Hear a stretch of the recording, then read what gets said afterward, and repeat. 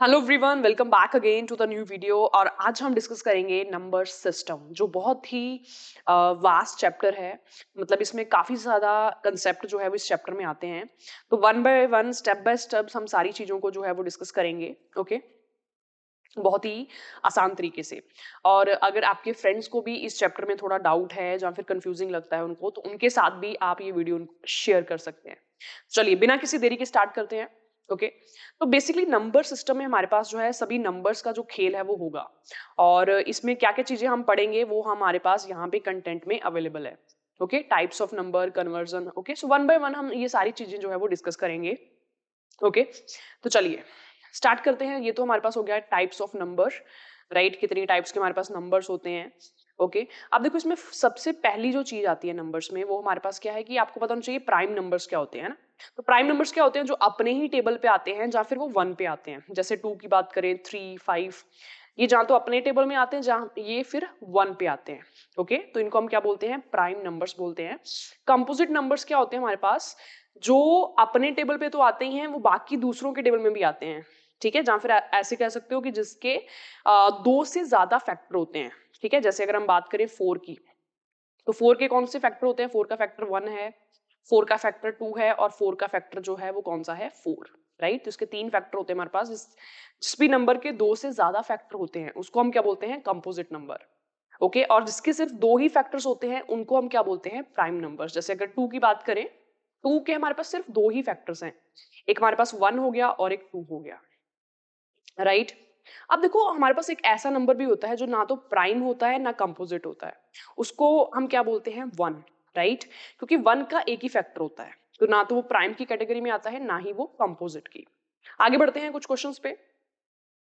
Right, first type के इसमें question क्या आते हैं कि आपके पास कुछ इस टाइप से फॉर्म दी होगी, आपने उसको रेशनल फॉर्म में, फ्रैक्शन में कन्वर्ट करना होगा। राइट, जैसे ये क्वेश्चन है हमारे पास। ओके, इसमें थ्री थ्री जो है वो रिपीट हो रहा है, वो नॉन टर्मिनेटिंग है। तो सबसे पहले हम इसको बार की फॉर्म में लिख सकते हैं ना, 0.23 ऊपर क्या ले सकते हैं? बार।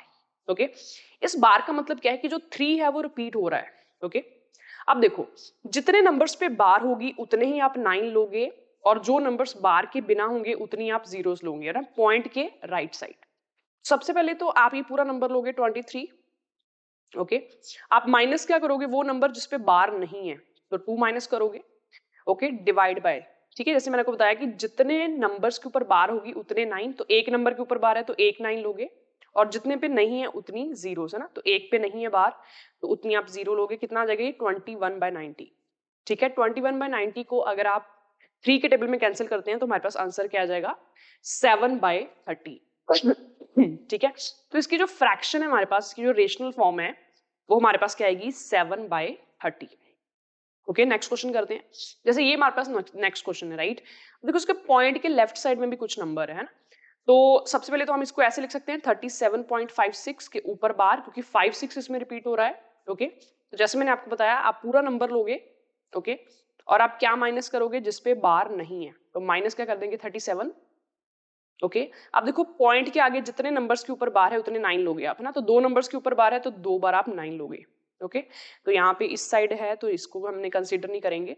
ओके, इसमें से माइनस करके मुझे बताएं कितना आपका फाइनल आंसर आ रहा है, तो वो हमारे पास क्या हो जाएगी? इसकी रेशनल फॉर्म। राइट, अगर आपका सपोज 0.3 है, ठीक है, थ्री थ्री रिपीट हो रहा है, 0.3 बार है, तो इसको सिंपली आप क्या लिखोगे? थ्री लिखोगे यहाँ पे।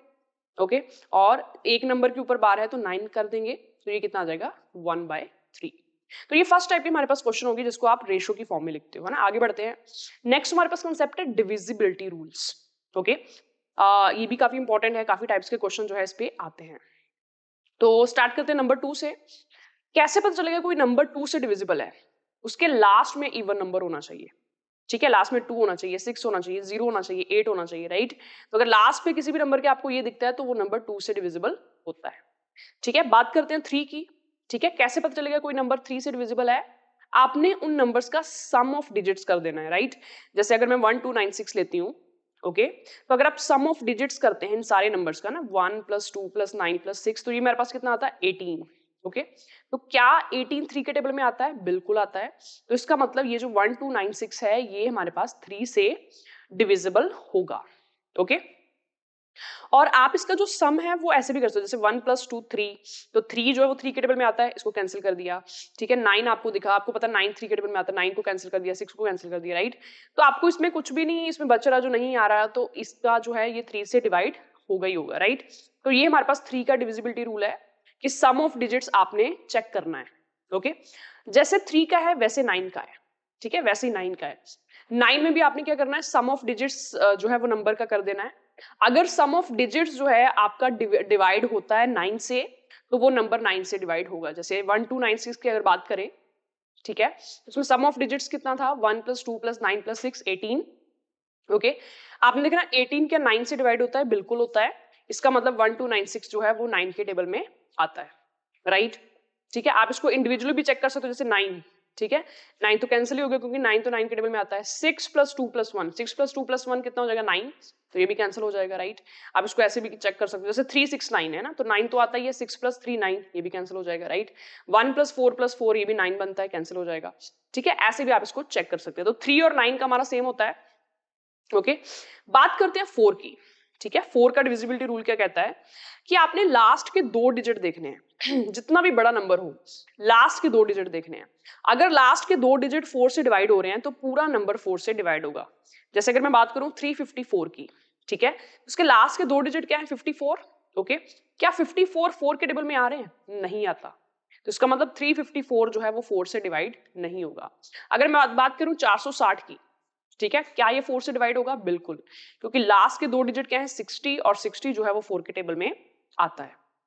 ओके, तो ऐसे जो 4 का डिविजिबिलिटी रूल होता है और हमारे पास जो 8 का डिविजिबिलिटी रूल होता है वो सेम होता है ना। सेम कैसे कि 4 में जो है आप लास्ट के 2 डिजिट देखते हो, और 8 में हम लास्ट के 3 डिजिट देखते हैं ना, लास्ट के 3 डिजिट।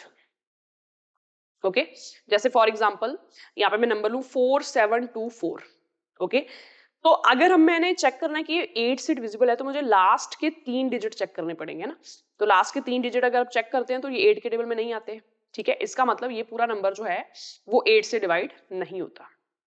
ठीक है, आगे बढ़ते हैं। अब देखिए 6 का डिविजिबिलिटी रूल के लिए 6 को देखो, 6 को आपने ऐसे इसको ब्रेक करना है, आपने इसको ब्रेक करना है 2 × 3 की फॉर्म में। ओके, ऐसे आपने इसको ब्रेक करना है, राइट, 2 × 3 की फॉर्म में। ओके, तो मतलब अगर आपने ये चेक करना है कि 6 जो है, 6 की डिविजिबिलिटी चेक करनी है, तो आपको 2 की डिविजिबिलिटी चेक करनी पड़ेगी और 3 की, दोनों की डिविजिबिलिटी आपको चेक करनी पड़ेगी। ठीक है, एग्जांपल्स हम लेते हैं, जैसे फर्स्ट एग्जांपल है 612। आपने चेक करना है कि क्या ये 6 से डिविजिबल है। तो सबसे पहले देखिए क्या ये 2 से डिविजिबल है, बिल्कुल, क्योंकि लास्ट में इवन नंबर आ रहा है। क्या ये 3 से डिविजिबल है, बिल्कुल, क्योंकि सम ऑफ डिजिट्स जो है 9 आ रहा है। ठीक है, और 9 जो है वो 3 से डिवाइड होता है। ठीक है, इसका मतलब अगर ये 2 से भी डिविजिबल हो रहा है, 3 से भी हो रहा है, तो ये 6 से भी डिविजिबल होगा। ओके, नेक्स्ट बात करते हैं हम 9 का, हमने डिस्कस कर चुके थे। 10 का तो सिंपल है, लास्ट में 0 होनी चाहिए। ठीक है, ऐसे 12 का आप कैसे देखोगे। ठीक है, 12 को भी आपने ब्रेक करना है। 12 को ब्रेक कैसे करोगे, 4 × 3 में। ठीक है, अब आप सोच रहे होंगे कि 12 को हमने 6 × 2 में क्यों नहीं ब्रेक किया। देखिए, आपको ब्रेक इस तरीके से करना है कि दोनों नंबर्स जो हैं उनमें कुछ कॉमन ना हो 1 के अलावा। ठीक है, अगर आप 6 × 2 में करते हो तो इन दोनों में 2 कॉमन है। ठीक है, ऐसा नहीं होना चाहिए, 1 के अलावा कुछ नहीं कॉमन होना चाहिए, ऐसे ब्रेक करना है आपने।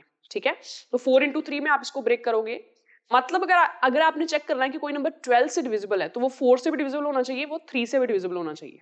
ठीक है, हम एक एग्जांपल ले लेते हैं, राइट। इसकी 12 की एग्जांपल ले लेते हैं। जैसे कि मैंने यहाँ पे दिया 4926 है ना, रैंडमली मैंने ये नंबर लिया और मैंने चेक करना कि क्या ये 12 से डिवाइड हो रहा है। ओके, इसका मतलब मुझे इसको 4 से भी डिवाइड करना पड़ेगा, तो 4 के लिए क्या होना चाहिए, लास्ट के 2 डिजिट डिवाइड होना चाहिए, और ये 3 से भी होना चाहिए। ठीक है, अगर आप 4 का चेक करते हो, क्या ये 4 से डिवाइड हो रहा है, नहीं हो रहा, 26 4 के टेबल में नहीं आता, तो अगर ये 4 से नहीं हो रहा, ये तो ये 12 से भी नहीं होगा। ओके, क्योंकि 12 से होने के लिए इसको 4 से भी होना पड़ेगा, इसको 3 से भी होना पड़ेगा। ठीक है, आगे बढ़ते हैं। ठीक है, अब हम क्वेश्चंस करते हैं, जो हमने अभी सारी चीजें पढ़ी। ठीक है, उस पे किस किस टाइप का क्वेश्चन आता है वो हम डिस्कस करते हैं, राइट। तो ये फर्स्ट क्वेश्चन है, 1792n इज डिविजिबल बाय 2। ठीक है, ये नंबर डिविजिबल है 2 से। ठीक है, आप देखो डिविजिबल है 2, मतलब n जो है वो इवन नंबर होगा, जहां 2 होगा, 4 होगा, 6 होगा, 8 होगा, 0 होगा। तो पूछा है how many values n can take, n कितनी वैल्यूज ले सकता है, n की कितनी वैल्यूज पॉसिबल है। ठीक है, तो इसमें n 0 हो सकता है, ठीक है, n 2 हो सकता है, n4 हो सकता है, n6 हो सकता है, n8 हो सकता है, राइट? कितनी वैल्यूज ले सकता है? n5 values. ओके, आगे बढ़ते हैं। What should come in place of k if this is divisible by 9? Okay, तो आपको दिया कि ये जो नंबर है ये 9 से डिविजिबल है, k की जगह क्या आना चाहिए? तो मैंने आपको शॉर्ट तरीका बताया था कि जहां पे आपकी सम 9 बन रहा है उसको कैंसिल कर दो ना, तो 6 + 3 9 कैंसिल कर दो, राइट? 5 + 5 कितना होता है? 10। अब देखो 10 में ऐसा क्या नंबर ऐड करें कि 9 से डिवाइड हो जाए? ठीक है, 10 में ऐसा कौन सा नंबर ऐड करें कि 9 से डिवाइड हो जाए? 8 ही ऐड करेंगे क्योंकि 18 जो है वो 9 से डिवाइड हो जाएगा, तो आंसर कितना आ जाएगा? 8। ठीक है, आगे बढ़ते हैं। What values of p number is exactly divisible by 9? ठीक है, p की कौन सी वैल्यू रखें ताकि ये जो नंबर है पूरा ये डिविजिबल हो जाए 9 से? ठीक है, तो वैसे ही आपने इसको करना है जैसे मैं आपको यहाँ पे बोला है। 7 + 2 9, ये तो कैंसिल हो जाएगा। 5 + 4 9 कैंसिल हो जाएगा। ओके, देखिए आपके पास बचा गया 3 + 4 3 + 4 मतलब 7 + 7 14। 14 में ऐसा क्या ऐड करें, है ना, क्योंकि हमने p की वैल्यू निकालनी है। 14 में ऐसा क्या ऐड करें कि 9 से डिवाइड हो जाए? 14 में हमें ऐड करना पड़ेगा 4, right? So option B is correct. ठीक है, आगे बढ़ते हैं। For what values of n this number is exactly divisible by 6? तो 6 की डिविजिबिलिटी मैंने आपको क्या बताई थी? 2 से भी डिवाइड होना चाहिए और 3 से भी डिवाइड होना चाहिए। ठीक है, तभी वो 6 से डिवाइड होगा। तो n की ऐसी क्या वैल्यूज लें, ठीक है, ताकि ये नंबर जो है वो 6 से डिवाइड हो जाए? तो n की वैल्यू आप क्या ले सकते हैं इसमें? अब आपको पता है कि 3 के लिए जो है, 2 के लिए जो लास्ट में इवन नंबर होना चाहिए और 3 के लिए क्या होना चाहिए? सम ऑफ डिजिट जो है वो डिविजिबल होना चाहिए 3 से, है ना? तो ये 9 है, 7 2 4 n है। तो अगर हम 3 से देखते हैं तो 9 तो कैंसिल हो जाएगा ना, 9 3 के टेबल में आता है। 7 + 2 9, ये भी कैंसिल हो जाएगा। ओके, यहाँ पे 4 आपके पास बचा, यहाँ पे n बचा ना। 4 में ऐसा क्या ऐड करें कि 3 से वो 3 कुछ ऐसा नंबर आए ताकि वो 3 से डिवाइड हो जाए? ठीक है, तो इसमें जो हमारे पास पॉसिबिलिटी बचती है, जहाँ तो वो 8 है, ओके, राइट, जहाँ तो आप इसमें 2 ऐड कर सकते हैं 4 में। 4 + 2 कितना होता है हमारे पास? 6, तो 6 3 से डिवाइड होता है। ठीक है, जहाँ फिर आप 8 ऐड कर सकते हैं ना, क्योंकि 4 + 8 12 होता है, 12 भी 3 से डिवाइड होता है ना। तो ये 4 तो ये भी ऑप्शन पॉसिबल नहीं है, ये भी पॉसिबल नहीं है, ये भी पॉसिबल नहीं है, राइट? तो ऑप्शन जो पॉसिबल है that is option A. Okay, so I hope you are getting the question how we are doing it, right? आगे हम बढ़ते हैं, 11 का डिविजिबिलिटी रूल जो है वो डिस्कस करते हैं। ठीक है, अब देखो इसको मैं एग्जाम्पल के द्वारा आपको समझाऊंगी कि कैसे करना है इसमें। हम एक एग्जाम्पल ले लेते हैं, 105, यही वाली एग्जाम्पल ले लेते हैं। ठीक है, 11 की डिविजिबिलिटी के लिए आपने सबसे पहले क्या देखना होता है? जैसे ये हमारे पास जो है ये डिजिट ऑड प्लेस पे है क्योंकि ये फर्स्ट प्लेस है। ठीक है, ये भी ऑड प्लेस पे है क्योंकि थर्ड प्लेस पे है, ये भी ऑड प्लेस पे है क्योंकि फिफ्थ प्लेस पे है, right?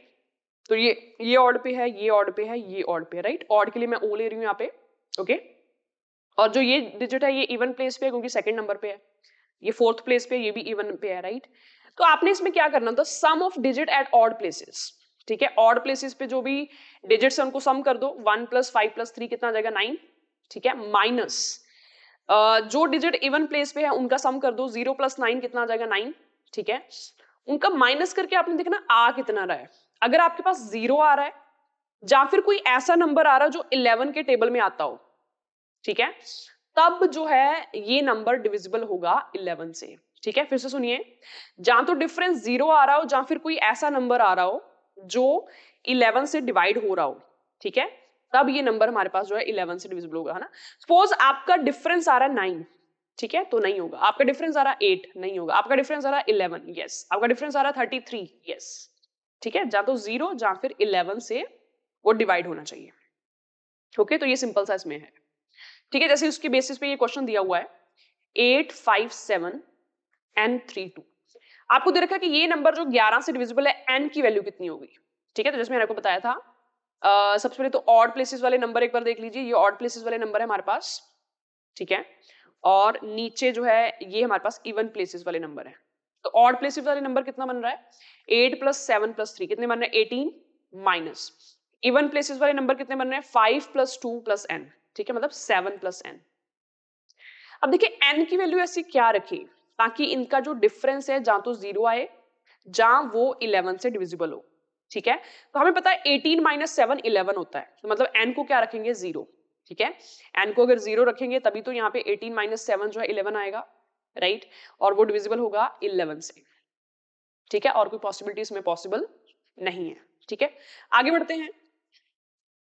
What should come in the place of x if 4857x is divisible by 88? ठीक है, अब देखो 88 का जो डिविजिबिलिटी रूल है ये ऐसे तोड़ के बनेगा ना, 88 को आप कैसे लिख सकते हो 11 into 8, ठीक है, और मैंने जैसे आपको बताया था आपने तोड़ना ऐसे कि दोनों नंबर्स कॉमन, उसमें कुछ कॉमन नहीं होना चाहिए 1 के अलावा, ओके। तो मतलब अगर आपने 88 का चेक करना है तो वो नंबर 8 से भी डिवाइड होना चाहिए, वो नंबर 11 से भी डिवाइड होना चाहिए। तो 8 का डिविजिबिलिटी रूल क्या है, लास्ट के 3 डिजिट जो है वो 8 से डिवाइड होने चाहिए, ठीक है। तो x को ऐसा क्या रखें कि ये नंबर 8 से डिवाइड हो जाए, ठीक है, x को ऐसा क्या रखें, x को रखना पड़ेगा 6, क्योंकि 576 जो है वो हमारे पास 8 से पूरा डिविजिबल होता है, ओके। तो अगर ये 88 से डिवाइड हो रहा है, मतलब ये 8 से भी होगा 11 से भी होगा, तो किसी एक कंडीशन से आप चेक कर सकते हैं, राइट। आगे बढ़ते हैं। तो ये हमारा नेक्स्ट पार्ट आ गया रिमाइंडर वाला, ठीक है, हमने डिविजिबिलिटी रूल कर लिया, हमने रेशो फॉर्म जो कैसे लिखना है वो कर लिया। अब जो नेक्स्ट पार्ट है दैट इज अबाउट रिमाइंडर, ठीक है। अब आपको पता है रिमाइंडर क्या होता है ना, जैसे इस एग्जांपल में अगर 25 को 6 से डिवाइड करें तो रिमाइंडर कितना आता है मेरे पास 1, है ना, जो बचा हुआ जो डिवाइड नहीं होता, ये क्वोशंट होता है ऊपर, ठीक है, इसको हम डिवाइजर बोलते हैं, और ये बीच वाला होता है डिविडेंड, ओके। और इसकी बेसिस पे ये फॉर्मूला भी हमारे पास है, dividend is equal to divisor into quotient plus remainder, right. तो अब देखो इसमें ना दो टाइप्स के क्वेश्चन हमारे पास बनते हैं रिमाइंडर में। सबसे पहला कौन सा बनता है, नॉर्मल क्वेश्चन, ठीक है, मतलब जो हमारे पास बिल्कुल नॉर्मल होता है। तो एग्जांपल्स मैं आपको बताती हूँ कि कैसा बनता है। जैसे ये क्वेश्चन है ना, ओके, अगर आपने चेक करना है कि 63 इंटू 78 जब आप डिवाइड करते हो 9 से तो रिमाइंडर कितना आता है, अगर आपने ये चेक करना है, ठीक है, तो सबसे पहले कैसे चेक करोगे, देखिए आपने इंडिविजुअली लेना है, ऐसा नहीं कि आप दोनों को मल्टीप्लाई करो ना, दैट इज लॉन्ग कैलकुलेशन, आपने इंडिविजुअली लेना है। तो 63 ले लीजिए, जब आप 63 को 9 से डिवाइड करते हो रिमाइंडर कितना आता है 0, ठीक है। अगर एक नंबर 0 आ गया तो 0 को किसी से भी मल्टीप्लाई करोगे 0 ही आएगा, राइट। मतलब इस केस में जो रिमाइंडर है वो क्या आएगा, 0 आएगा, ठीक है। जब 0 आ जाए मल्टीप्लाई हो रहा है तो 0 ही आएगा, राइट, ओके। हम एक और एग्जांपल लेते हैं, ठीक है, जैसे मैंने लिया यहाँ पे 21 इंटू 23 और नीचे मैंने ले लिया 4, ठीक है। आपको क्वेश्चन पूछा हुआ है कि जब 21 इंटू 23 डिवाइड होता है 4 से रिमाइंडर कितना आता है, इंडिविजुअली लेना है। सबसे पहले आपने देखना है कि अगर 21 को आप 4 से डिवाइड करते हो रिमाइंडर कितना आएगा, 1 आएगा, ठीक है। अगर 23 को आप 4 से डिवाइड करते हो रिमाइंडर कितना आएगा, 3 आएगा, राइट। तो 1 इंटू 3 कितना आ गया, 3, मतलब रिमाइंडर आपका कितना आ रहा है, 3 आ रहा है, got it, that 3 is your remainder, ठीक है। तो देखो कितना आपका टाइम इसमें सेव हो गया, नहीं तो आप 21 इंटू 23 करोगे फिर करोगे, तो ऐसे तो जो है विद इन 3-4 सेकेंड आप आंसर बता सकते हो, ठीक है। जैसे हम एक और एग्जांपल करते हैं, जैसे यहाँ पे दिया हुआ 91 इंटू 95 और आपको इसको 2 से डिवाइड कर रहे हो, ठीक है, आपसे पूछ रहा है रिमाइंडर कितना आ रहा है। पहले इससे पता कर लीजिए कि 91 को अगर आप 2 से करते हो रिमाइंडर कितना आएगा, 1, ठीक है। अगर 95 को आप 2 से करते हो तो रिमाइंडर कितना आएगा, 1। तो इसमें ओवरऑल हमारे पास जो है 1 रिमाइंडर आ जाएगा, ओके। सो आई होप जो ये चीजें जो है वो आपको क्लियर हैं, ओके। तो आज हम इस पार्ट 1 में जो है यहाँ तक हम डिस्कस कर लिया हमने, ठीक है। तो यहाँ तक जो क्वेश्चंस हैं आप एक बार ट्राई कीजिए, ठीक है। बाकी जो क्वेश्चंस है वो हम अगले पार्ट में डिस्कस करेंगे, ठीक है। रिमाइंडर के अगले टाइप्स के क्वेश्चन, फैक्टर्स निकालने के, सम ऑफ फैक्टर्स निकालने के, यूनिट डिजिट के, ठीक है, ये हम सारे जो है अगले लेक्चर में डिस्कस करेंगे। सो आई होप कि आपको जो ये सारी वीडियो है वो समझ में आई होगी, okay. So thank you so much, मिलते हैं अगले पार्ट में।